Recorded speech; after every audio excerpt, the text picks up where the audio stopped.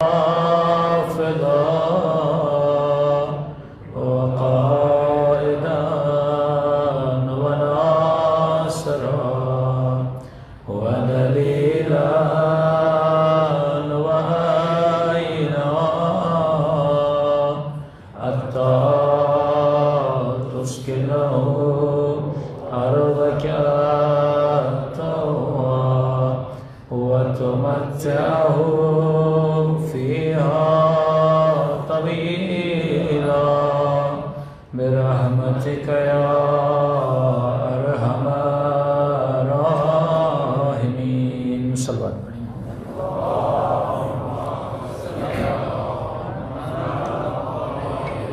بسم اللہ الرحمن الرحیم. رب اشرح لی صدری ویسر لی امری واحلل عقدۃ من لسانی یفقهوا قولی. اما بعد فقد قال سبحانہ وتعالی فی محکم کتابہ المجید وفرقانہ الحمید وقولہ الحق وهو اصدق الصادقین. بسم اللہ الرحمن الرحیم. ان اکرمکم عند اللہ اتقاکم. صلوات پڑھیں محمد وعلی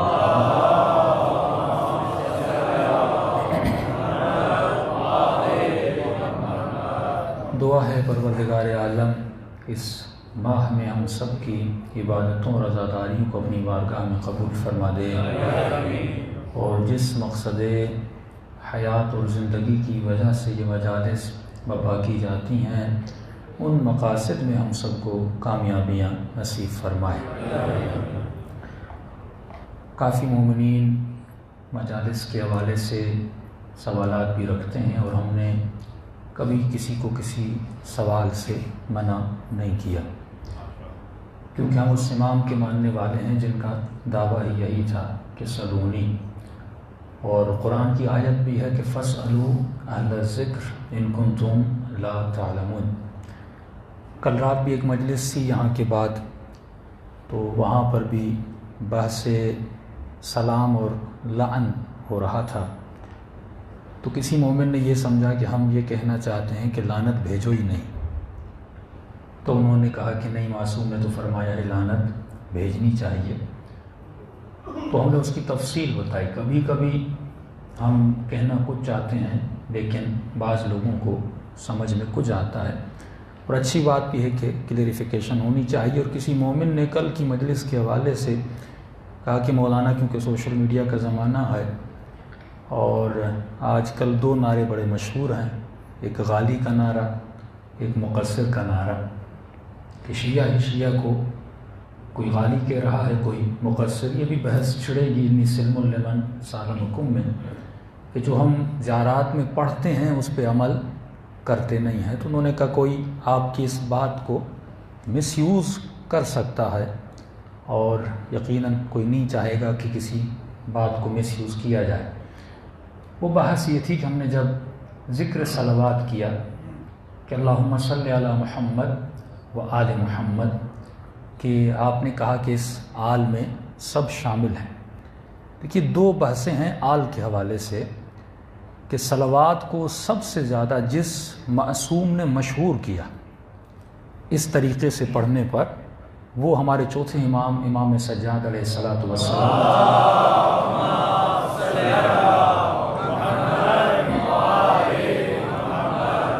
کیونکہ آپ امام نے، کافی لوگ سوال کرتے ہیں کہ مولا کتنے خطبے نہیں ملتے، مولا کی تبلیغ ہمیں نہیں ملتی جس طرح باقی اماموں کے فرامین احادیث لوگوں میں جاتے تھے. تو امام نے کون سا کام کیا؟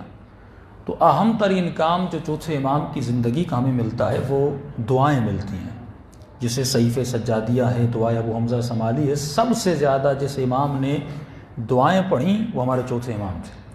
اور کمال مولا کا یہ تھا، جیسے دعائے مکارم الاخلاق بھی آپ اٹھا لیں، وہ بھی ایک بہت عمدہ موضوع ہے. تو امام دعا کے ہر فراز یعنی ہر جملے کے بعد ایک صلوات بھیجتے ہیں، ہر جملے کے بعد ایک صلوات بھیجتے ہیں. تو فرماتے ہیں کہ سب سے بڑی تبلیغ کا کام جو تھا وہ امام کا وہ یہ تھا کہ امام نے آدھی صلوات کو اپنی دعاؤں میں پورا کر دیا.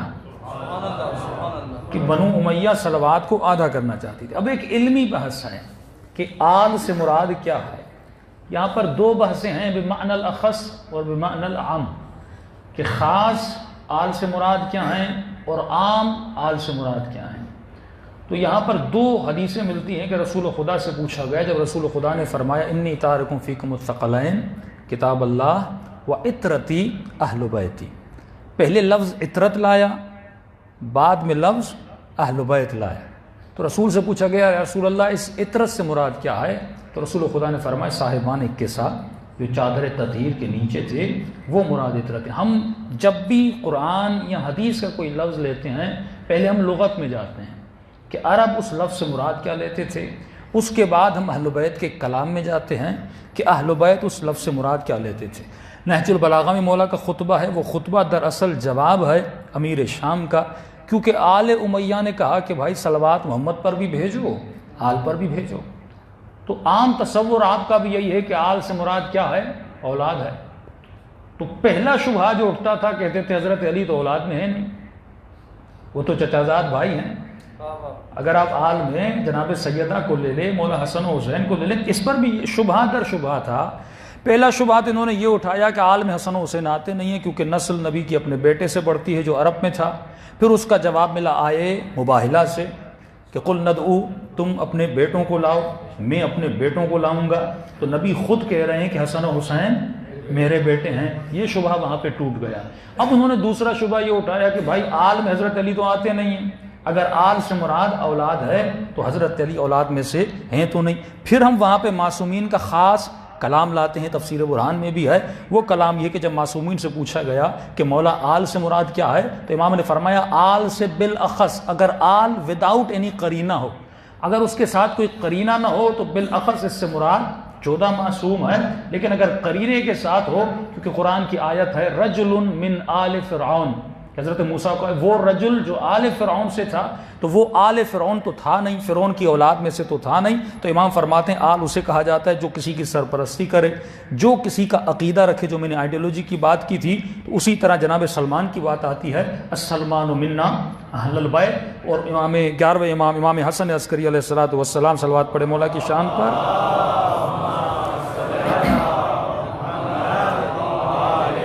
محمد وہاں پر مولا 3 طبقہ بندی کرتے ہیں، فرماتے ہیں آل سے مراد بالاخص یعنی ہم اہل بیت علیہ الصلوۃ والسلام مراد ہیں. اور اس کے بعد وہاں فرماتے ہیں اے ابو ہاشم قیامت کے دن ہر وہ شخص جس نے اہل بیت کی سیرت پر عمل کیا ہے اس کو اہل بیت کے نام سے پکارا جائے گا. صلوات پڑھے محمد و آل محمد پر. اور امام فرماتے ابو ہاشم خدا کا شکر کرو کہ تم نے اہل بیت کی رسی کو تھاما ہے اور قیامت کے دن تمہیں انہی کے نام سے بلایا جائے گا. یہ بحار الانوار ہے، جلد نمبر 50 صفحہ نمبر 258. تو یہاں پر 2 معنی آتے ہیں. بالاخص اگر آپ لیں اس میں کوئی انکار نہیں ہے کہ بالاخص اس سے مراد اہل بیت علیہ الصلوۃ والسلام ہیں.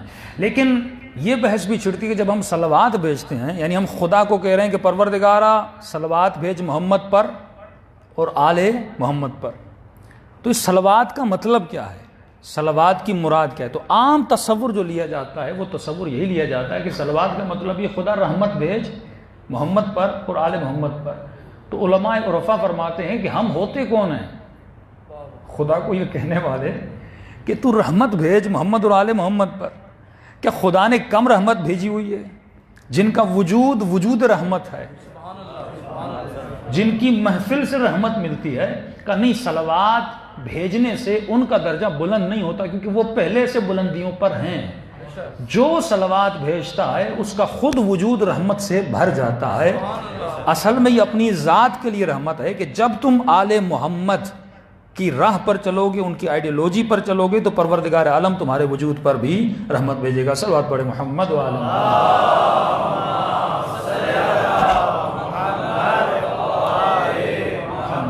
اب آتے ہیں اپنے موضوع کی طرف. کا انسان تو صرف ذکر کرنے کے لیے پیدا نہیں ہوا بلکہ خدا نے تجھے فکر کرنے کے لیے بھی پیدا کیا. ہم نے کہا یہ ساری دنیا جو اللہ کو مان رہی ہے اس نے خدا کو کس شے سے پہچانا؟ الفاظ سے پہچانا. آپ نے مولا علی کو دیکھا نہیں لیکن آپ نے مولا علی کو مولا علی کے لفظوں سے سمجھا ہے. ہم میں سے کسی نے بھی خدا کو نہیں دیکھا، ہم نے خدا کو قرآن کے لفظوں سے پہچانا.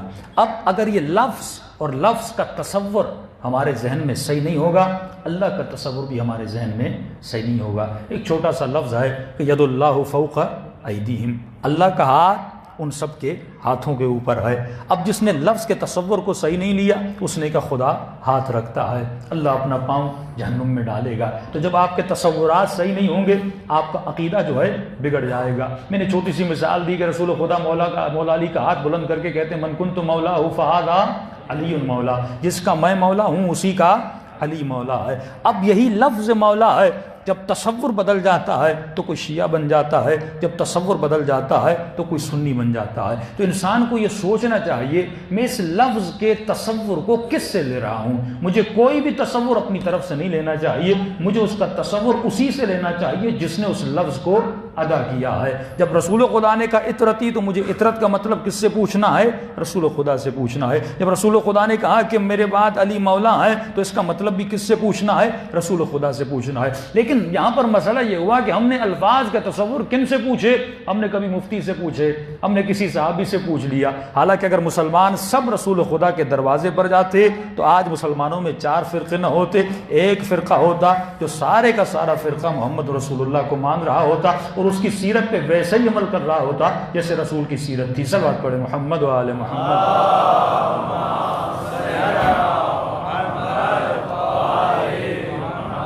اور انسان بنا لفظ کی وجہ سے۔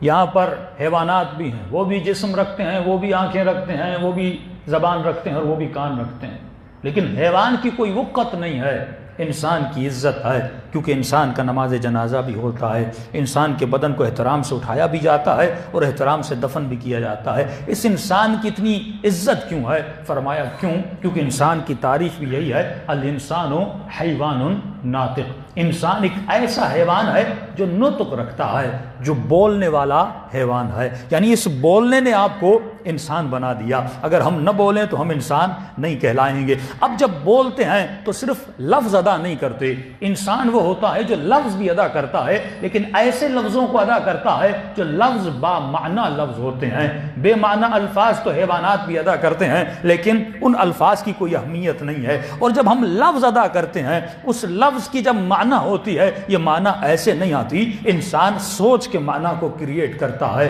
اپنی فکر سے معنی کو بناتا ہے۔ تو ایک تو لفظ نے انسان کو انسان بنایا، دوسرا وہ جو لفظ ادا کر رہا ہے اس لفظ میں ایک معنی تھی، اس معنی نے جس کو معنی بنایا وہ آپ کی فکر تھی۔ تو ہو سکتا ہے کوئی جوان کہے کہ مولانا طوطا بھی تو بولتا ہے، وہ بھی تو لفظ ادا کرتا ہے، لیکن اگر آپ کسی گھر میں چلے جائیں اور یہ طوطا آپ کو گالی دے دے، برا بلا کہہ دے، آپ طوطے پہ غصہ نہیں کریں گے، اس پہ غصہ کریں گے جس نے طوطے کو سکھایا ہے۔ ہاں لفظ تو یہ ادا کر رہا ہے لیکن فکر اسی کی ہے جس نے اس کو سکھایا ہوا ہے۔ تو اصل قصور ہے فکر انسانی کا، لفظ کا قصور نہیں ہے۔ یہ جو فکر اس لفظ کو معنی دے رہی ہے تو اس کا قصور ہے۔ ابھی اللہ کی آواز آتی ہے اے انسان تمہاری قیمت ہے تمہاری فکر کی وجہ سے، اگر تمہاری فکر اعلیٰ ہے تو تو اعلیٰ ہے، اگر تمہاری فکر پست ہے تو تو پست ہے۔ تو حسین نے کربلا میں قربانی دے کر 2 فکروں کو جنم دیا، ایک فکر وہ تھی جس کا نام یزید بنا اور یزید پستی کی طرف لے جاتا ہے، ایک فکر وہ تھی جس کا نام حسین بنا اور حسین بندگی کو اعلیٰ مقام پہ لے جاتے ہیں۔ صلوات پڑھے محمد و آل محمد۔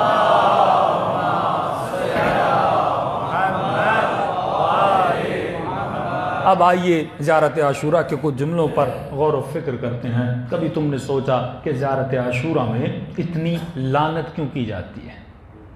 سب سے زیادہ لعنتیں ہیں وہ زیارت عاشوراء میں، لیکن اس سے پہلے 2 زیارتیں ہیں آپ کے پاس، ایک ہے زیارت وارثہ، ایک ہے زیارت عاشوراء۔ قرآن مجید کو جب کھولیں گے تو خدا نے قرآن میں 2 شجروں کا ذکر کیا ہے، ان شجروں کی تفصیل میں کل کی مجلس میں جاؤں گا۔ ایک شجرہ جس کو شجرہ ملعونہ کہا گیا، یہ آیت کب اتری؟ جب نبی خدا نے خواب دیکھا اور خواب دیکھنے کے بعد نبی کے چہرے پہ مایوسی تھی۔ بعض اصحاب فرماتے ہیں کہ ہم نے کبھی نہیں دیکھا کہ رسول کے چہرے پہ مسکراہٹ نہ ہو، جب بھی اس چہرے کو دیکھتے تھے اس چہرے پہ مسکراہٹ ہوتی تھی، لیکن جب یہ خواب رسول خدا نے دیکھا رسول خدا کی مسکراہٹ ختم ہو گئی۔ فرمایا یہ خواب کیا تھا؟ رسول نے خواب میں دیکھا کہ میرے ممبر پر بندر چڑھ رہے ہیں اور بندر اتر رہے ہیں، جنہوں نے لباس رسالت پہنا ہوا ہے ممبر پر آتے ہیں اور اترتے ہیں۔ یقیناً اس شخص کو بڑی تکلیف ہوتی ہے جس نے اتنی زحمت کر کے اسلام کو اور اسلام کے علم کو بلند کیا ہو، اور وہ یہ دیکھے کہ میرے جانے کے بعد میرے دین کی یہ حالت ہو رہی ہے کہ میرے ممبر پر بندر چڑھ رہے ہیں، بندر ناچ رہے ہیں، تو رسول خدا کو تکلیف ہوئی۔ اس کے بعد یہ آیت اتری، اے میرے حبیب یہ شجر ملعونہ ہے، ہم ان کو نخوفہم، ہم ان کو ڈراتے بھی ہیں، لیکن پھر بھی ان کی طغیان میں اضافہ ہوتا ہے۔ جب نبی سے پوچھا گیا یہ شجر ملعونہ کون ہے، تو رسول خدا نے شجر ملعونہ بنی امیہ کا نام لیا، جس پر زیارت عاشورہ میں بالاخص لعنت ہے۔ کہ کن پر لعنت ہے؟ بنو امیہ پہ لعنت ہے۔ لیکن اے حبیب تجھے گھبرانے کی ضرورت نہیں ہے، کیونکہ ہم نے ایک شجر مبارکہ بھی بنایا ہے جس کا ذکر سورہ نور میں ہوتا ہے۔ مصباح فی المصباح، جس میں 2 مصباح ہیں، جس میں 2 نور ہیں، جس میں زیتون کا ذکر ہے۔ زیتون سے مراد امام حسین ہے۔ جب آپ یہ دیکھتے ہیں والتین والزیتون، تین سے مراد مولا حسن ہے، زیتون سے مراد امام حسین ہے، یہ گھبرانا نہیں، یہ وہ شجرہ ہے، یہ وہ زجاج ہے جس میں 2 مصباح ہیں۔ زجاج سے مراد جناب سیدہ ہے، اس کے اندر 2 مصباح سے مراد امام حسن و حسین ہے، نور علی نور ہے۔ یہ گھبرانا نہیں، ایک نور کے بعد ہم دوسرے نور کو بھیجیں گے، یہ وہ شجر مبارکہ ہے۔ مبارکہ سے مراد کیا ہے؟ ملعونہ سے مراد کیا ہے؟ ملعونہ یعنی لعین، لعنت شدہ ہے، یہ انسانوں کو گمراہی کی طرف لے جاتا ہے۔ مبارکہ یعنی مبارک شجرہ ہے، یہ انسانوں کو ہدایت کی طرف لے جاتا ہے۔ کبھی کبھی کہا یہ وہ سفینہ ہے جس میں نور ہے، یہ وہ سفینہ ہے جو تمہیں ایک روشنی دکھاتا ہے، اور صرف روشنی دکھاتا نہیں ہے بلکہ تمہیں اس سفینے پہ سوار بھی کرواتا ہے، اور سوار کروانے کے بعد نوح کی طرح تمہیں منزل تک پہنچاتا ہے۔ اب یہ 2 زیارتیں ہیں، ایک زیارت وارثہ ہے جہاں پہ تعارف ہوتا ہے شجر مبارکہ کا کہ السلام علی آدم صفوۃ اللہ، اس پر سلام ہو جو وارث آدم ہے، جو وارث نوح ہے۔ یہ تعارف ہو رہا ہے آدم سے لے کر خاتم تک کس شجرے کا؟ جو شجر مبارکہ ہے۔ اور جب زیارت عاشورہ میں آتے ہیں تو اسی شجر ملعونہ کا ذکر ہوتا ہے۔ یہ ساری لعنتیں شجر ملعونہ پر ہیں، لیکن عجیب منزل ہے، اہل بیت اپنے چاہنے والوں کو ایک فکر دے رہے ہیں۔ جب 4 لعنتیں بھیجتے ہیں تو معصوم نام نہیں لیتے، 4 لعنتوں کے بعد معصوم نام لینا شروع کرتے ہیں۔ بعض کے نام لیے جاتے ہیں، بعض کی صفات لی جاتی ہیں، اور کبھی کبھی معصوم ان قبیلوں کا ذکر کرتے ہیں، یعنی ایک فرد پہ لعنت بھیجتے ہیں، فرد پر لعنت بھیجنے کے بعد ایک پوری کی پوری فیملی پہ لعنت بھیجتے ہیں، پھر سلام بھیجتے ہیں،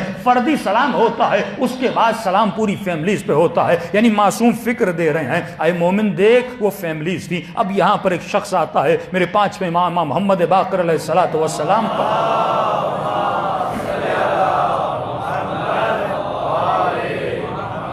امام سے سوال کرتے مولا کہ آپ نے کہا کہ آل بنو امیہ، آل زیاد، آل مروان پر لعنت ہو۔ مولا میں تو ہوں آل بنو امیہ سے، وہی بحث آل چھڑ رہی ہے۔ مولا میں ہوں آل بنو امیہ سے، اور آپ نے لعنت بھیجی ہے آل امیہ پر۔ تو امام اس کو اپنی طرف بلاتے ہیں، امام فرماتے کیا تم نے قرآن کو نہیں پڑھا کہ نوح کا بیٹا آل نوح تھا، لیکن خدا نے کیا کہا کہ لیس من اہلک، یہ تمہاری اہل سے نہیں ہے۔ جب وہ نوح کے راستے پہ نہیں چلا تو وہ اس کا بیٹا نہ رہا۔ اگر تو ہمارے راستے پر چلتا ہے تو تمہارا تعلق بنو امیہ سے نہیں ہے بلکہ اہل بیت سے ہے۔ صلوات پڑھے محمد و آل محمد۔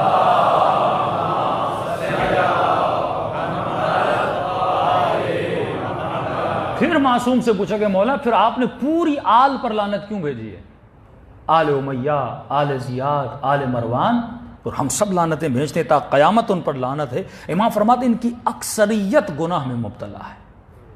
ان کے چند افراد ہوں گے جو اہل بیت کے چاہنے والے ہوں گے، لیکن ان کے وجود میں طغیان ہے، ان کے وجود میں گمراہی ہے۔ اور معصوم سے پوچھے کہ مولا اس لعنت کا مطلب کیا ہے؟ مومن سوچے جب میں ایک تسبیح اٹھا لوں اور مولا علی کی شب شہادت 100 مرتبہ لعنت بھیج رہا ہوں، دیکھیے جو بھی ذکر ہم کریں اس ذکر سے ہمیں کچھ نہ کچھ ملنا چاہیے۔ اگر مجھے نہیں مل رہا اس کا مطلب یہ ذکر مجھے فائدہ نہیں دے رہا۔ اہل بیت فکر دینے کے لیے آئے ہیں، انسانیت کے لیے، ایک معاشرے ہدایت بنانے کے لیے آئے ہیں۔ اب میں 100 مرتبہ لعنت بھیجوں؟ یہ معصوم کی روایت فرماتے کچھ لوگ ایسے ہیں جن کی زبان پر اللہ کا نام ہوتا ہے لیکن کام شیطان کا کر رہے ہوتے ہیں۔ یا آج کے زمانے میں یہ کہوں کچھ لوگ ایسے ہیں جو یزید پہ لعنت بھیج رہے ہوتے ہیں لیکن کام یزید والا کر رہے ہوتے ہیں۔ یا ایسے کہوں کہ حسین کا نام لے رہے ہوتے ہیں لیکن کام دشمن حسین کا کر رہے ہوتے ہیں۔ وہ کیسے؟ سمپل سی مثال ہے، قصیدہ حسین کا پڑھے، دھن گانے کی ہو، وہی ہوا نا کہ نام کس کا لے رہا ہے؟ مولا حسین کا۔ سوچ کس کی لے رہا ہے؟ یزید کی۔ کبھی بالی ووڈ میں گھس جاتا ہے، کبھی ہالی ووڈ میں چلا جاتا ہے۔ بھئی تو نام کس کا لے رہا ہے؟ حسین ابن علی کا، اور تیرا عقیدہ ہے کہ وہ ہر نجاست سے دور ہیں۔ سبحان اللہ، سبحان اللہ۔ جب معاشرے میں فکری نجاست آ جائے تو پڑھنے والے کو بھی مسئلہ نہیں، سننے والے کے لیے بھی کوئی ایشو۔ یہ سب سے بڑی توہین اہل بیت ہے کہ ممبر پر بیٹھ کر نام حسین کا لے لیکن فکر یزید کی پھیلا رہا ہے۔ اب مجھے یہ بتاؤ، قصیدہ حسین کا پڑھو، دھن گانے کی ہو تو لوگوں کے ذہنوں میں حسین آئے گا یا وہ گانا آئے گا؟ کون آئے گا؟ سبحان اللہ، سبحان اللہ۔ اسی لیے کہہ رہا ہوں کہ لفظ اپنے ساتھ تصور رکھتا ہے، آواز تصور رکھتی ہے۔ سبحان اللہ، سبحان اللہ۔ کیوں معصوم فرماتے جب قرآن پڑھو تو خاص خوشبو لگایا کرو، جب نماز میں جاؤ تو نماز کا عطر خاص ہونا چاہیے، ایک خاص خوشبو ہونی چاہیے۔ کئی مومنین جب ہمیں ایک عطر خاص، مثلا امام رضا کا یہاں عطر لے کر آتے ہیں حسین کے حرم کا، تو مومن یہاں سونگتا ہے، اس کا ذہن کربلا چلا جاتا ہے۔ یہ خوشبو بھی اپنے ساتھ ایک میموری رکھ رہی ہے، یہ لفظ بھی اپنے ساتھ ایک میموری رکھ رہے ہیں۔ یہ الفاظ ایسے نہیں، ایسے معصوم نے نہیں کہا کہ اے مومن اس محفل میں بیٹھو، وہ الفاظ سنو جو تمہاری روح کو بلند کریں۔ کچھ ایسے الفاظ ہیں جو تمہیں پستی کی طرف لے جاتے ہیں، فرمایا ایسی محفل میں بیٹھو جہاں پر ذکر خدا ہوتا ہو تاکہ تمہاری روح کو بلند کر جائے۔ اب نوجوان کہتے ہیں مولانا 2 منٹ گانے سننے سے کیا ہوتا ہے؟ یہ 2 منٹ کا گانا نہیں، یہ 2 منٹ کے الفاظ ہیں۔ یہ الفاظ تمہارے وجود کو نجس کر دیتے ہیں، مختلف تصورات کو تمہارے ذہن میں لے آتے ہیں۔ معصوم فرماتے ہیں سب سے اعلیٰ ترین مقام طہارت کا وہ طہارت فکر ہے۔ سبحان اللہ، سبحان اللہ۔ یعنی انسان مسجد میں بیٹھا رہے لیکن اس کے تصور میں کوئی ایکٹریسز گھومتی رہے، بیٹھا تو مسجد میں ہے لیکن تصور کیا ہے؟ نجس ہے۔ اگر وہ تصور میں غلاظت کو سوچتا رہے لیکن بیٹھا کعبے میں رہے، اس کی فکر نجس ہے۔ بہترین لباس پہنے لیکن اس کی فکر نجس ہو، تو فرمایا آخری منزل جو طہارت کی ہے وہ طہارت فکر ہے۔ تم ہاتھ کو پاک کر لو، جسم کو پاک کر لو، لیکن تمہاری فکر نجس ہو۔ کیوں فکر کی طہارت ضروری ہے؟ کیونکہ تمہارے بدن کے جتنے بھی ایکشنز ہیں اور اعمال ہیں جو بدن سے صادر ہوتے ہیں وہ اس فکر کی وجہ سے ہیں۔ دیکھیے میری شکل پہ تو نہیں لکھا نا یہ شیعہ ہے، آپ کی شکل پہ بھی نہیں لکھا، چلو لباس سے آپ کو پتہ چل جاتا ہے، لیکن سارے سمپل لباس پہن کے ایک صف میں کھڑے ہو جائیں، پتہ بھی نہیں چلے گا کون مسیحی ہے، کون ہندو ہے، کون شیعہ ہے۔ کب پتہ چلتا ہے؟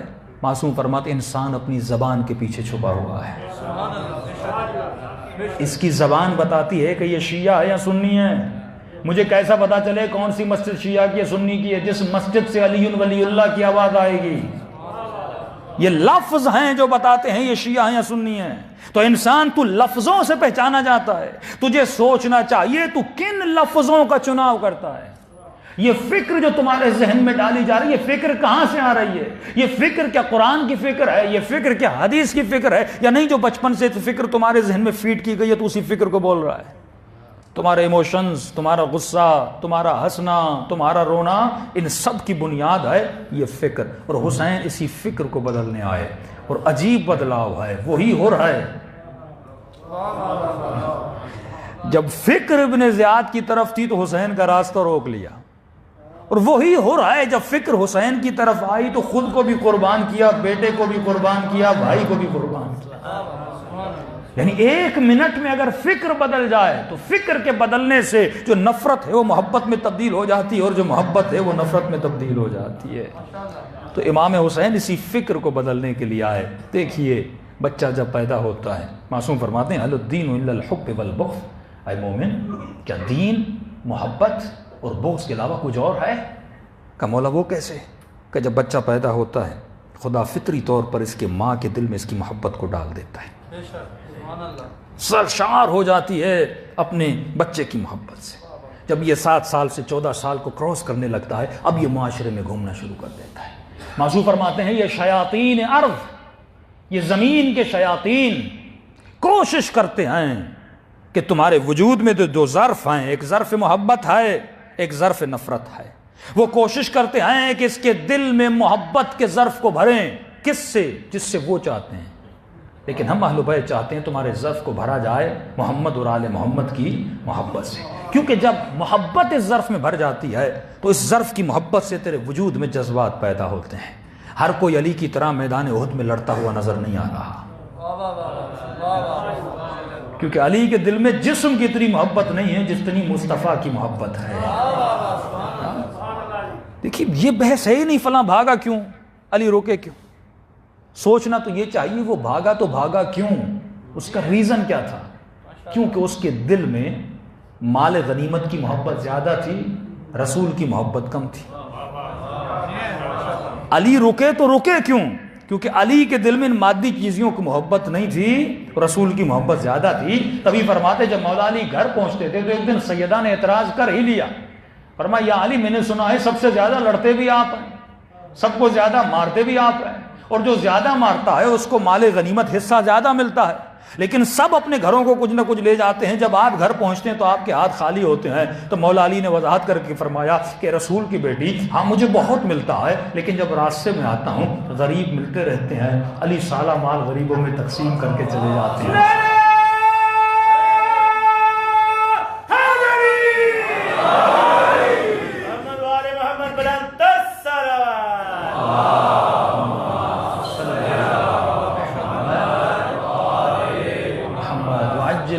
اور یہی سوال مولا علی جب سیدہ سے کرتے ہیں کہ سیدہ کو ایک جوڑا ملا جو دیا جناب خدیجۃ الکبریٰ نے، شادی کا جوڑا ماں نے سنبھال کے رکھا کہ بیٹی کو دیا جائے. اور یہ ایک دلہن بہتر سمجھ سکتی ہے کہ شادی کا جوڑا اس کے لیے کتنی اہمیت رکھتا ہے. وہ پھر خود سنبھال کے رکھتی ہے کہ پھر اپنی بیٹی کو دوں گی. یہ وہ جوڑا تھا جو مجھے ملا تھا. اور بی بی نے شادی کرنے کے 3 دن بعد وہی جوڑا کسی فقیر کو دے دیا. تو جب مولا نے پوچھا کہ یہ جناب خدیجۃ الکبریٰ کی نشانی ہے، آپ کوئی اور جوڑا دے دیتے ہیں، اتنے جوڑے تھے، لیکن فرمایا نہیں یہ میرے بابا کی سنت نہیں ہے.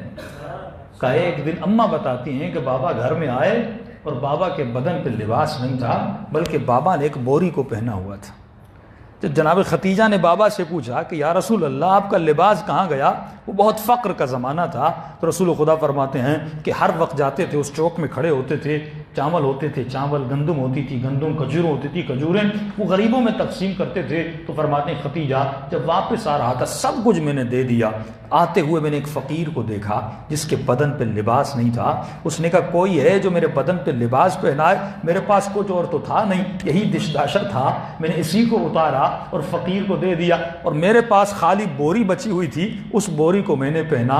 اللہ کی راہ میں جو خلق کرتا ہے اللہ اسے 10 گنا کر کے زیادہ دیتا ہے. تو یہ ہے سنت رسول کہ جس طرح میرے بابا نے کیا تھا اسی طرح سیدہ کر رہی ہیں اور اسی طرح علی بن ابی طالب کر رہے ہیں. تبھی رسول خدا فرماتے ہیں کہ اولنا محمد، اوسطنا محمد، آخرنا محمد، بل کلنا محمد. جب تم دور سے دیکھو گے تجھے 12 نہیں بلکہ ایک ہی محمد کا کردار نظر آئے گا. صلوات پڑھے محمد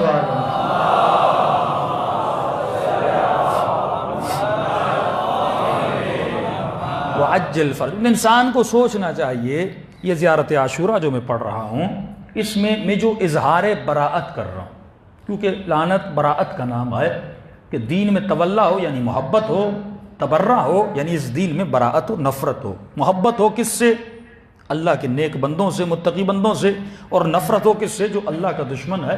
ہمیں حق نہیں کہ ہم کسی سے دشمنی کریں. قرآن کہتے ہیں عدو اللہ عدوک، اللہ کا دشمن تیرا دشمن ہونا چاہیے، چاہے تو پسند کرے نہ کرے لیکن تجھے اللہ کے دشمن کو اپنا دشمن بنا دینا چاہیے. تو اب یہ جو ہم لعنت بھیج رہے ہیں کہ خدا شمر پر لعنت کر، یزید پر لعنت کر، ابن سعد پر لعنت کر، لعنت کیوں بھیج رہے ہیں؟ کیا اس کے نام پہ لعنت ہے؟ کیا اس کے جسم پر لعنت ہے؟ فرمایا اس جسم کی مجال نہیں تھی کہ حسین کی نافرمانی کرے، کیونکہ یہ جسم اس مٹی سے بنا تھا اور ان کا لقب بھی ابو تراب ہے. اس ذرے کی کیا مجال کہ اہل بیت کی نفرت کرے، اہل بیت کی مخالفت کرے. یہ جسم حسین کی مخالفت نہیں کر رہا تھا بلکہ یہ فکر تھی جو جسم کو آرڈر دے رہی تھی، اور جسم پابند فکر ہے، لہٰذا تبھی اس فکر تھی جس نے حسین کے مقابلے میں آئی. تو اب انسان کو سوچنا چاہیے میں لعنت بھیج رہا ہوں کس پر؟ فکر یزید پر. میں لعنت بھیج رہا ہوں کس پر؟ فکر شمر پر. میں لعنت بھیج رہا ہوں کس پر؟ فکر ابن سعد پر. اب انسان کو پرکھنا چاہیے ارے وہ کون سی فکر تھی جس نے یزید کو یزید بنا دیا، جس نے ابن سعد کو ابن سعد بنا دیا، جس نے شمر کو شمر بنا دیا؟ ہم غور نہیں کرتے. معصومین فرماتے ہیں اگر تو اس کے کردار کو پڑھنا شروع کرے گا تجھے پتا چلے گا کہ مجھے اس کردار سے بچنا ہے. کبھی کبھی یہ تو ہوتا ہے مومن نام تو اہل بیت کا لے رہا ہوتا ہے لیکن کہیں نہ کہیں اس کے وجود میں وہ صفت بن رہی ہوتی ہے. انسان 2 صفات کا مجموعہ ہے، یا تیرے وجود میں اچھی صفات ہیں یا تمہارے وجود میں بری صفات ہیں۔ اچھی صفات کا نام ہے توحید اور بری صفات کا نام ہے شیطان۔ جب تو بری صفات میں چلا جاتا ہے تو کردار ابلیس میں آ جاتا ہے، جب تو اچھی صفات میں آ جاتا ہے تو کردار محمد و آل محمد میں آ جاتا ہے۔ یہی صفت ہے اگر آتم طائی میں آ جائے تو پھر بھی اچھی ہے، یہی صفت اگر علی میں آ جائے تو پھر بھی اچھی ہے۔ صفت میں شدت اور ضعف ہوتا ہے، تو بھی کریم بن سکتا ہے لیکن وہ شدید کریم ہے، تو ضعیف کریم بن سکتا ہے۔ ان کی سخاوت اعلیٰ مقام پر ہے،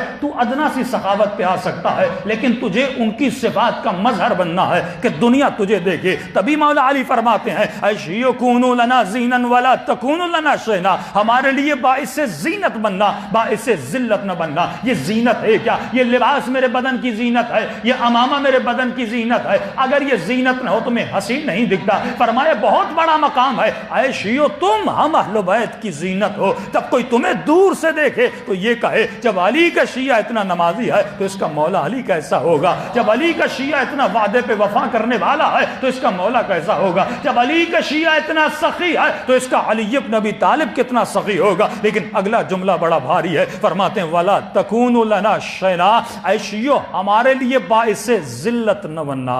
یعنی جب تو کوئی برا کام کرتا ہے، جب تو کوئی گنہگاری کا کام کرتا ہے، جب تو خطا کرتا ہے، دنیا تجھے نہیں جانتی، وہ تو یہ کہتی ہے یہ شیعہ ہے۔ میں اپنی ماؤں بہنوں کو کہوں گا جب بدن پر کالا لباس ہو تو حسین کی مجلس میں بے پردہ ہو کر نہ آیا کرو، کیونکہ یہ کالا لباس نشانی ہے عزاداری کی، یہ کالا لباس نشانی ہے شیعت کی۔ دنیا آپ کو نہیں جانتی، وہ کالے لباس کو جانتی ہے۔ وہ یہ کہے گی کہ شیعہ خواتین بے پردہ ہوتی ہیں۔ اے جوان جب تو بدن پہ کالا لباس پہنتا ہے اور بازار میں جا کر کوئی غلط کام کرتا ہے، کسی کے ساتھ دھوکہ کرتا ہے، ارے تمہارا نام ہی تمہاری پہچان ہے۔ جب تمہارا نام علی ہو جائے، جب تمہارا نام غلام حسین ہو جائے، جب تمہارا نام زین العابدین ہو جائے تو یہ نام بتا رہا ہے یہ اہل بیت کا چاہنے والا ہے، یہ شیعہ علی ہے۔ اور مولا علی فرماتے ہیں ولا تکونوا لنا شینا، یا خود کو شیعہ نہ کہلواؤ، یا اگر شیعہ کہلواتے ہو تو کردار ایسا بناؤ کہ علی کی تعریف ہو، علی تیرے کردار سے شرمندہ نہ ہو۔ صلوات پڑھے محمد و آل محمد۔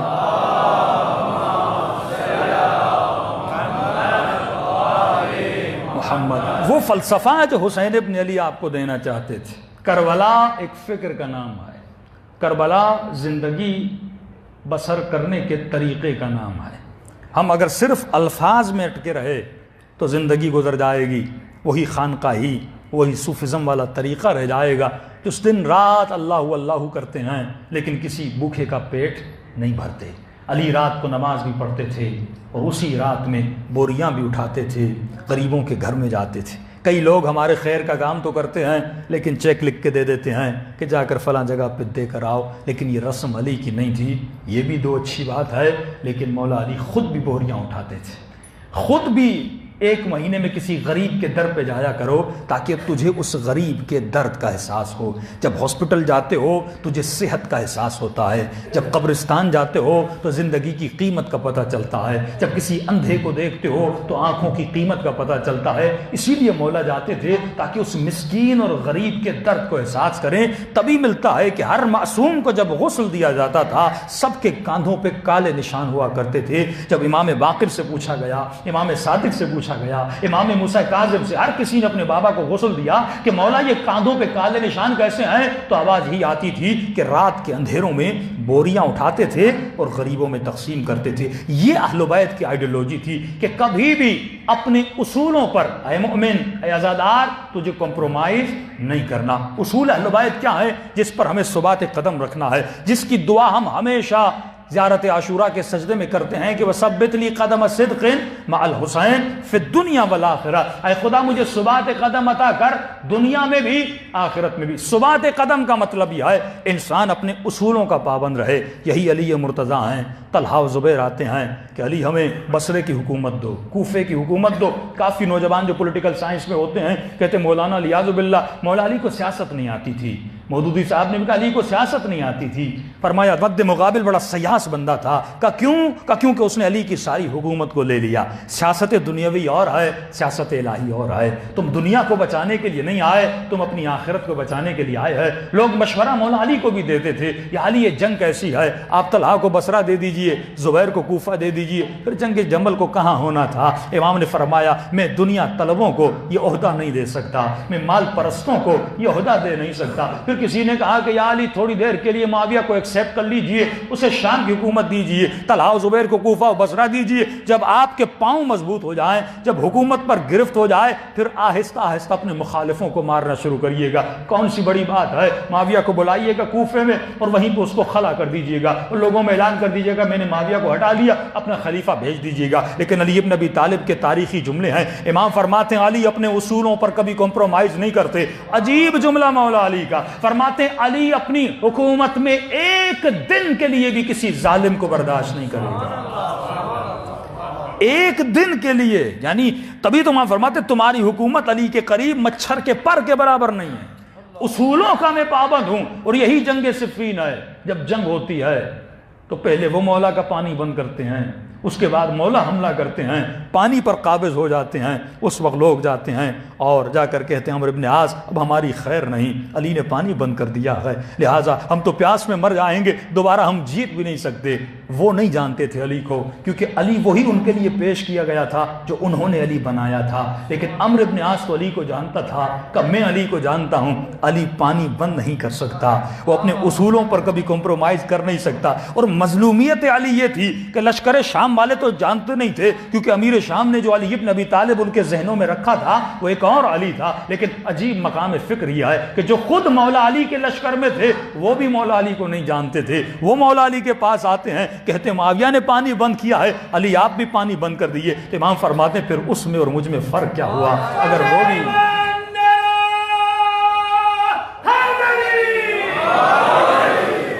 اس کے وجود میں اور میرے وجود میں فرق کیا ہوا؟ اگر وہ ظلم کرے علی بھی ظلم کرے، ارے پھر تو ہم دونوں برابر ہو گئے۔ یہی تو اصول کی جنگ تھی۔ امام نے پانی کو کھول دیا اور اسی پانی کے کھولنے کے نتیجے میں آپ دیکھتے ہیں جنگ بڑی کمزور پڑ گئی تھی۔ اگر پانی کو نہ کھولا جاتا مولا جنگ کو جیت لیتے۔ اور یہی اصول آپ کو کربلا میں نظر آتا ہے۔ حسین ابن علی شام غریبہ کے وقت گھوڑے پر سوار ہیں اور جاتے ہیں شط فرات پہ حملہ کرتے ہیں اور پانی پہ قابض آ جاتے ہیں۔ ایک مرتبہ لشکر نے کہا ارے اتنی محنت سے حسین کے بدن پہ ہم نے زخم لگائے، خون بہ چکا، حسین بس نڈھال ہی ہو رہے تھے، بس ابھی وقت شہادت قریب ہے، یہ دوبارہ پانی پئیں گے، ان کی جان میں جان آ جائے گی۔ لیکن ایک مرتبہ ابن سعد نے کہا تم حسین کو جانتے نہیں ہو، حسین پانی نہیں پیے گا۔ کہ کیسے پانی نہیں پیے گا؟ کہ تم نے اس کے عباس کو نہیں دیکھا تھا؟ جب حسین کا عباس پانی نہ پیے تو حسین کیسے پانی پی سکتے ہیں؟ اس کو قربانی نہیں کہتے، اس کو ایثار کہتے ہیں، جس کی دعا زیارت عاشورہ میں کرتے ہیں۔ جذبہ ایثار یعنی کسی کو پیاسا دیکھو پہلے اس کی پیاس کو بجھاؤ،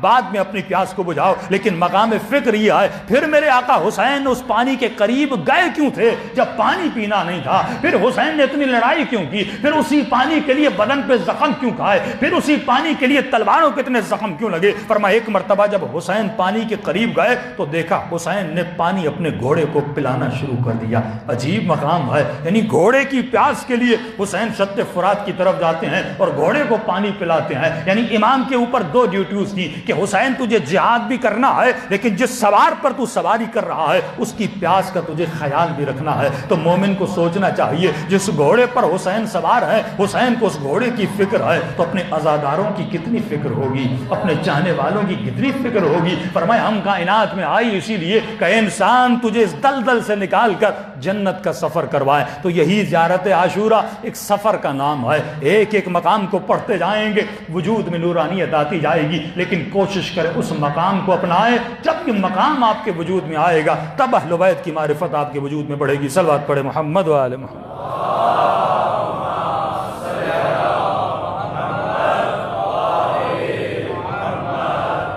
بار دیگر صلوات پڑھے محمد و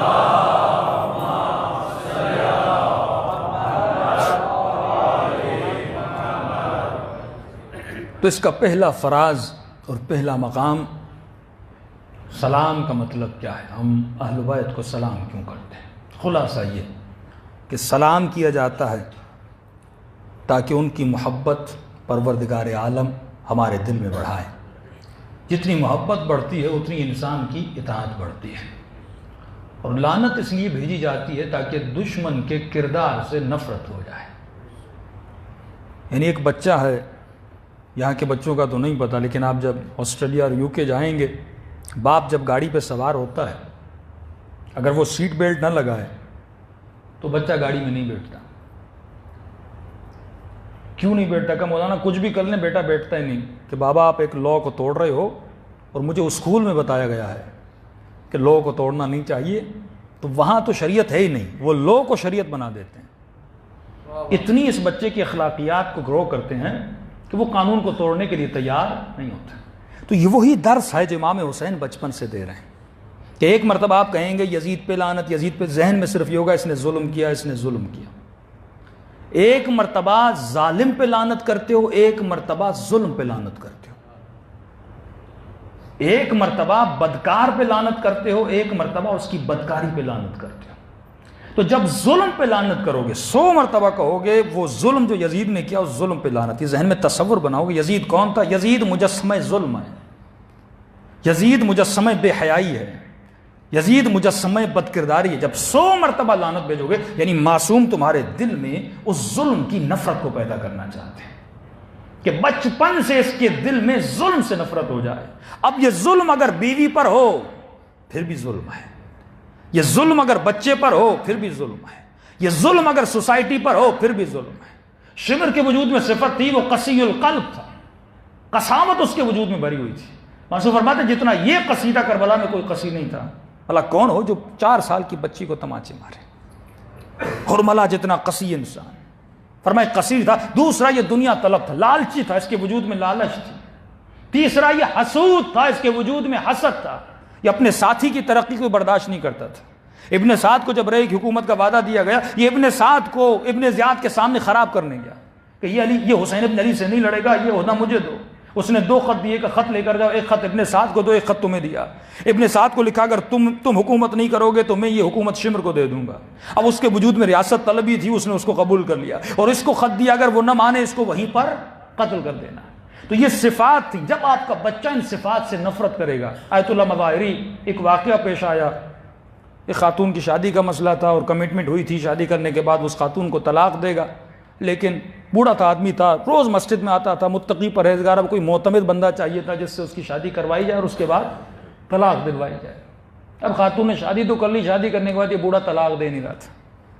کہا مظاہری کے پاس لے آئے، مولانا کمٹمنٹ تھی کہ بھائی میں روز دیکھ رہا ہوں مسجد میں آ رہا ہے، نماز پڑھ رہا ہے، ماتھے پہ سجدوں کے نشان ہیں، میں تو اس کے ظاہر کو دیکھ کر اتنا عبادی اتنے سالوں سے آ رہا ہے کہ کیا کریں، بعض لوگ اہل بیت کے چاہنے والے ہوتے ہیں لیکن اس میں صفت شمر ہوتی ہے، کہ یہ شمر صفت ہے، قسی القلب ہے، جو اس نے وعدہ کیا اس وعدے پہ وفا نہیں کرتا۔ تو یہ صفات ہیں جو بتاتی ہیں کہ ہم کس کے چاہنے والے اور کس کے نہیں۔ امام فرماتے ہیں محبت کا معیار یہ ہونا چاہیے کہ ایک حبشی غلام ہے جس کو امام نے خود مولا علی نے سزا دی، انگلیاں کاٹ لیں، کاٹنے کے بعد جب بازار میں انگلیاں لے کر علی کے فضائل کو پڑھ رہا تھا اور ایک منافق نے دیکھ لیا اور اس نے آ کر مولا علی کو کہا کہ مولا عجیب منظر دیکھا، انگلیاں کٹی ہوئی ہیں، کہہ رہا ہے کہ کاٹی بھی علی نے ہیں، پھر فضیلت بھی آپ کی پڑھ رہا ہے۔ صرف تعجب اس کو نہیں ہوا، تعجب مولا علی کو بھی ہوا۔ امام نے حسن کو کہا کہ میرے لال حسن ہاتھ عمک الاسود، یہ عجیب جملہ ہے۔ سزا دینے کے بعد جب اس محبت کے عالم کو دیکھا تو مولا علی فرماتے ہیں حسن اپنے کالے چچا کو لے کر آ۔ لفظ چچا کہہ رہے ہیں۔ جب امام نے اس کی قربت دیکھی، یہ نسبتیں کب بنتی ہیں؟ احترام کی نسبتیں تب بنتی ہیں جب آپ کا کردار، آپ کی محبت ویسی جناب اور کو سینے سے لگا فرماتے ہیں بھیا اور خوش آمدید۔ وہ جو دشمن تھا جب لشکر میں آتا ہے، یعنی سب سے قریب ترین رشتہ اہل بیت اپنا لیتے ہیں ان لوگوں سے جو اہل بیت پر اپنی جانوں کو قربان اور نثار کر لیتے ہیں۔ جب اس کو لے کر آئے، ہاتھ میں خون ہے، انگلیاں کٹی ہوئی ہیں، امام نے کہا وہی حق ہے، وائے ہو تجھ پر، انگلیاں میں نے کاٹی ہیں، سنا ہے بازار میں میرے ہی قصیدے پڑھ رہے ہو، میری ہی ثنا خوانی کر رہے ہو۔ اور اس کالی حبشی غلام نے عجیب جواب دیا، فرماتے یا علی کچھ بھی کر لیں، میرے وجود کو ٹکڑے ٹکڑے بھی کر لیں، پھر بھی میں آپ کی فضیلت کو نہیں چھوڑوں گا۔ کہا کیوں؟ فرمایا قد خالت حبک لحمی ودنی، اے میرے مولا علی آپ کی محبت میرے خون میں اور میرے گوشت میں ملی ہوئی ہے۔ جب یہ محبت خون میں مل جاتی ہے اذان محترم تب اس زبان سے اللہ کا ذکر نکلتا ہے۔ کبھی غور و فکر کیا کہ گردن کٹ چکی لیکن نوک نیزہ پر پھر بھی یہ قرآن کی تلاوت میں مشغول ہے۔ رگ رگ میں، خون خون میں حسین کی محبت خدا ڈھلی ہوئی تھی۔ جب محبت خدا ہو جائے، اور اللہ کا وعدہ ہے جب تم اپنے دل میں مجھے سجا لو، اپنے وجود کو میری محبت سے سجا لو، اے بندے میرا وعدہ ہے میں بھی تیری محبت اپنے مخلوق کے دلوں میں ڈال دیتا ہوں۔ کہاں مولا حسین 1400 سال پہلے، اور کہاں آج کے حسینی، کتنی محبت ہے امام حسین سے۔ وجہ یہ ہے کہ حسین نے خود کو خدا کی محبت میں ڈالا، اللہ نے آپ کے وجود کو حسین کی محبت میں ڈھال دیا۔ فرمایا بالکل اسی طرح آج اگر تیرے دل میں اللہ کی اور حسین کی محبت ہوگی، مرنے کے بعد تیری محبت بھی خدا لوگوں کے دلوں میں ڈالے گا۔ اس کی زندہ مثال شہید قاسم سلیمانی ہے۔ بہت لوگ نہیں جانتے تھے، اٹلی سے فون آنے لگے، مولانا ہم نے آج تک پکچر نہیں دیکھی تھی، لیکن جیسے شہادت ہوئی تصویر کو دیکھتے تھے تو آنسو خود بخود ٹپک پڑتے تھے۔ یہ وہ محبت ہے جو خدا اپنے چاہنے والوں کی اپنے بندوں کے دلوں میں ڈالتا ہے۔ تو یہ درس، یہ محفل محبت کی محفل ہے کہ ملتا ہے کہ جب یہ قافلہ کوفے کو پہنچا تو بچوں کی عادت ہے، بچے بچوں کو دیکھ کر وہی کرتے ہیں جو دوسرے بچے کرتے ہیں۔ بچوں نے دیکھا کہ کوفے میں یہ بچے پتھر اٹھاتے ہیں اور ان شہیدوں کے سروں پہ مارتے ہیں۔ بچوں کا تو قصور نہیں نا، بچے بڑوں کو دیکھ کر کرتے ہیں۔ کا پتھر اٹھائے جا رہے ہیں، شہداء کے سروں کو مار رہے ہیں۔ اتنے میں ایک بچے نے پتھر اٹھایا، امام حسین کے سر کو مارنا چاہا۔ ایک مرتبہ ایک کٹی ہوئی گردن سے آواز آئی، میرے لال اس سر کو نہ مارنا، تیرے مولا کا سر ہے۔ یہ بچہ پریشان ہوا، اے ولی خدا کون ہو جو مجھے پکار رہے ہو؟ تجھے میرے نام کا کیسے پتا چلا؟ ایک مرتبہ اس کٹی ہوئی گردن سے آواز ہے، میرے لال میں تمہارا بابا حبیب ابن موا ہے۔ مولا کے ساتھ بہترامی نہ کرنا۔ بچہ رونے لگا اور کہنے لگا اماں کو بلاتا ہوں۔ ایک مرتبہ کٹی ہوئی گردن سے آواز آئی، میرے لال اماں کو ابھی نہ بلا، جلدی گھر جا اور اماں کو کہو کہ زہرا کی بیٹیوں کو چادر کی ضرورت ہے۔ گردن کٹ چکی لیکن حبیب کو فکر آئے جناب سیدہ زینب کی۔ یہ محبت کا انداز ہے کہ مرنے کے بعد بھی اس کٹی ہوئی گردن سے وہ درد بھرے الفاظ نکل رہے ہیں۔ اس محبت کو اور اس جامع محبت تک ہمیں پہنچنا ہے، اور وہ کب ہوگا؟ جب یہ محبت سرشار اور لبریز ہو جائے۔ اور یہ محبت لبریز ہوتی ہے جتنا اہل بیت کے قریب ہو جاؤ، اور سب سے پہلا قرب ہے قرب لسانی، کہ زبان پر جتنا ان کا ذکر کرو گے پھر یہ زبان سے یہ ذکر تمہارے دل میں اتر جاتا ہے۔ دلوں کو کربلا لے جائیں اور سلام کریں اپنے غریب آقا حسین کو۔ السلام علی الحسین وعلی علی ابن الحسین۔ حسین کی صدا بلند وعلی اولاد الحسین وعلی اصحاب الحسین۔ بلند آواز سے السلام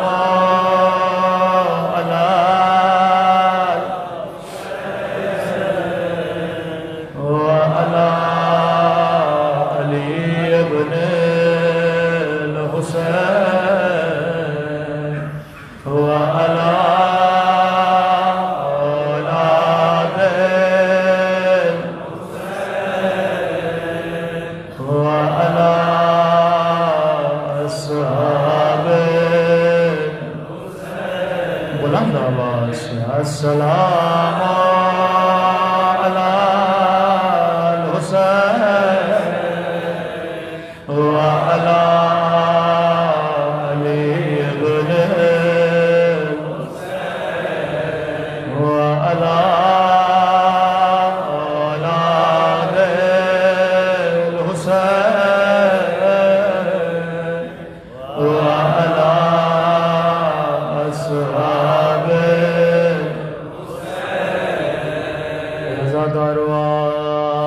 حسین حسین کہہ رہے ہیں، لیکن آپ پیاسے تو نہیں، کسی نے آپ کو تماچے تو نہیں مارے،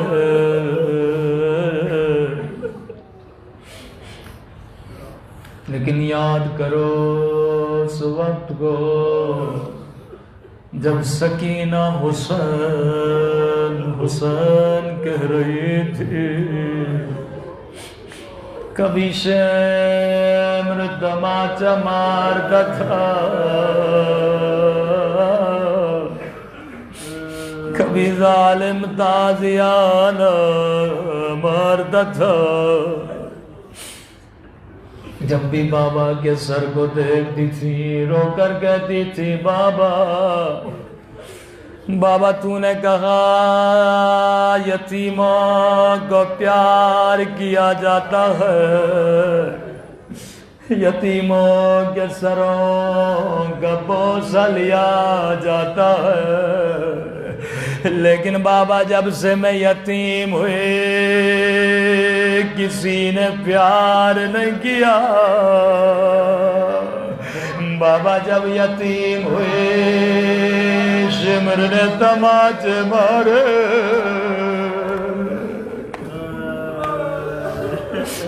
اس ملعون نے تماچے مارے۔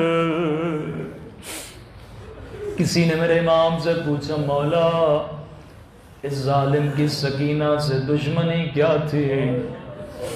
یہ خود بھی تو باپ تھا، بھلا کوئی 4 سالہ بچی کو اتنا مارتا ہے؟ امام نے فرمایا دشمنی سکینہ سے نہیں تھی، فرمایا جب بھی زینب کو دکھانا تھا یہ سکینہ کو تماچے مارتا تھا، جب بھی سجاد کو رلانا تھا یہ سکینہ کو تادیان مارتا تھا، کیونکہ اس ملعون کو پتا تھا یہ حسین کی آخری نشانی ہے جس سے ہر کوئی بڑی محبت کرتا ہے۔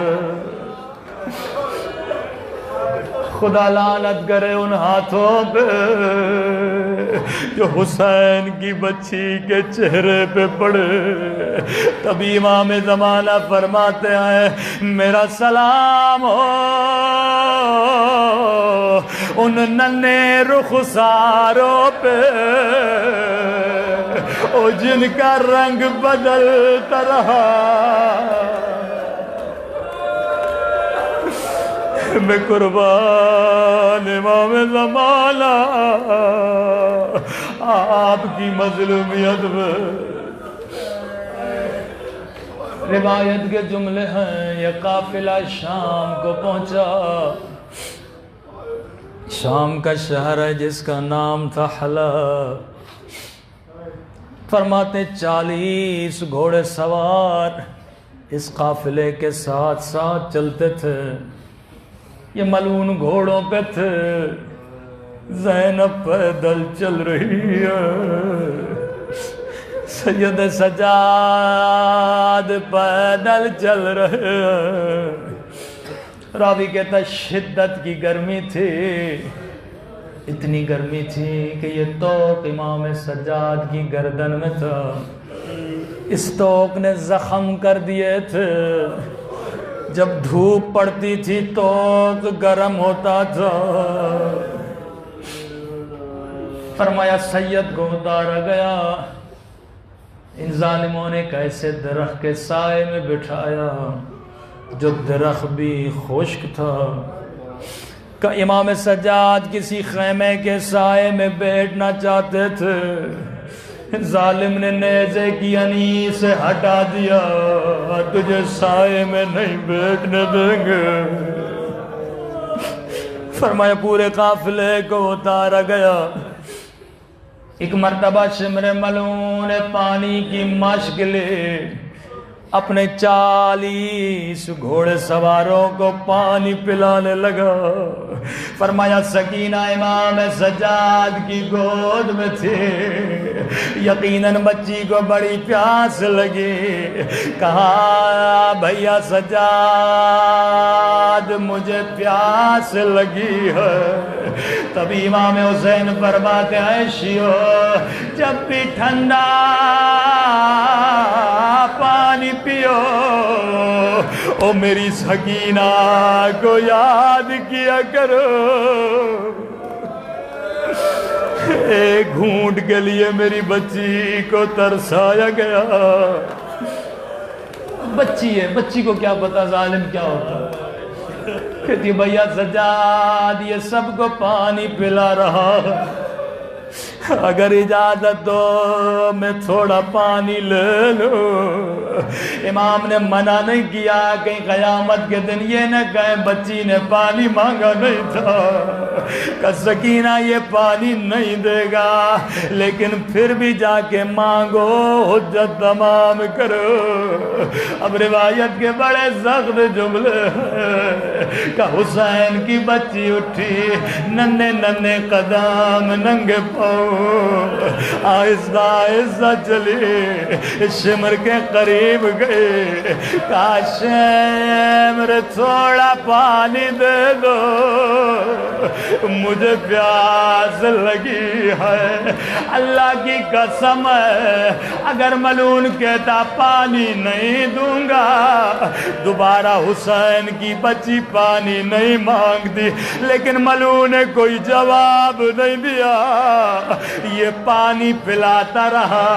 سکینہ یہ سمجھی شاید اس کے بعد دے گا, شاید اس کے بعد دے گا, لیکن روایت کے جملے ہیں 40 گھوڑے سواروں نے وہ پانی پی لیا, لیکن حسین کی بچی پیاسی ہے, پیدل چل رہی ہے.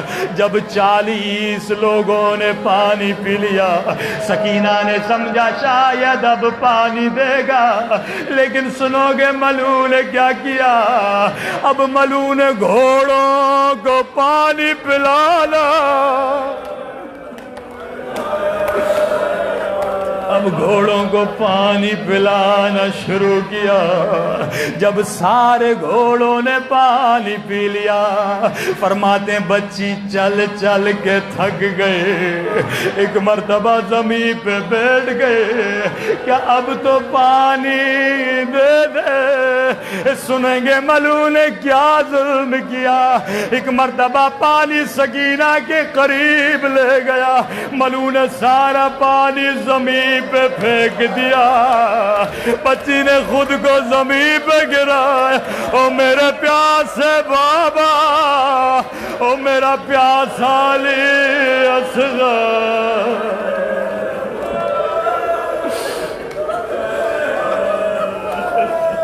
اے خدا تجھے سجدہ سکینہ کی پیاس کا واسطہ, تجھے حسین کے یتیم بچوں کا واسطہ, ہمارے مولا اور آقا امام زمانہ کا ظہور فرما. ہمیں مولا کے آوان اور عاشقوں میں شمار فرما. ہم سب کو عاقبت بخیری نصیب فرما. حاضرین میں جو پریشان ان کی پریشانیوں کو دور فرما. ربنا تقبل منا انک انت السمیع العلیم.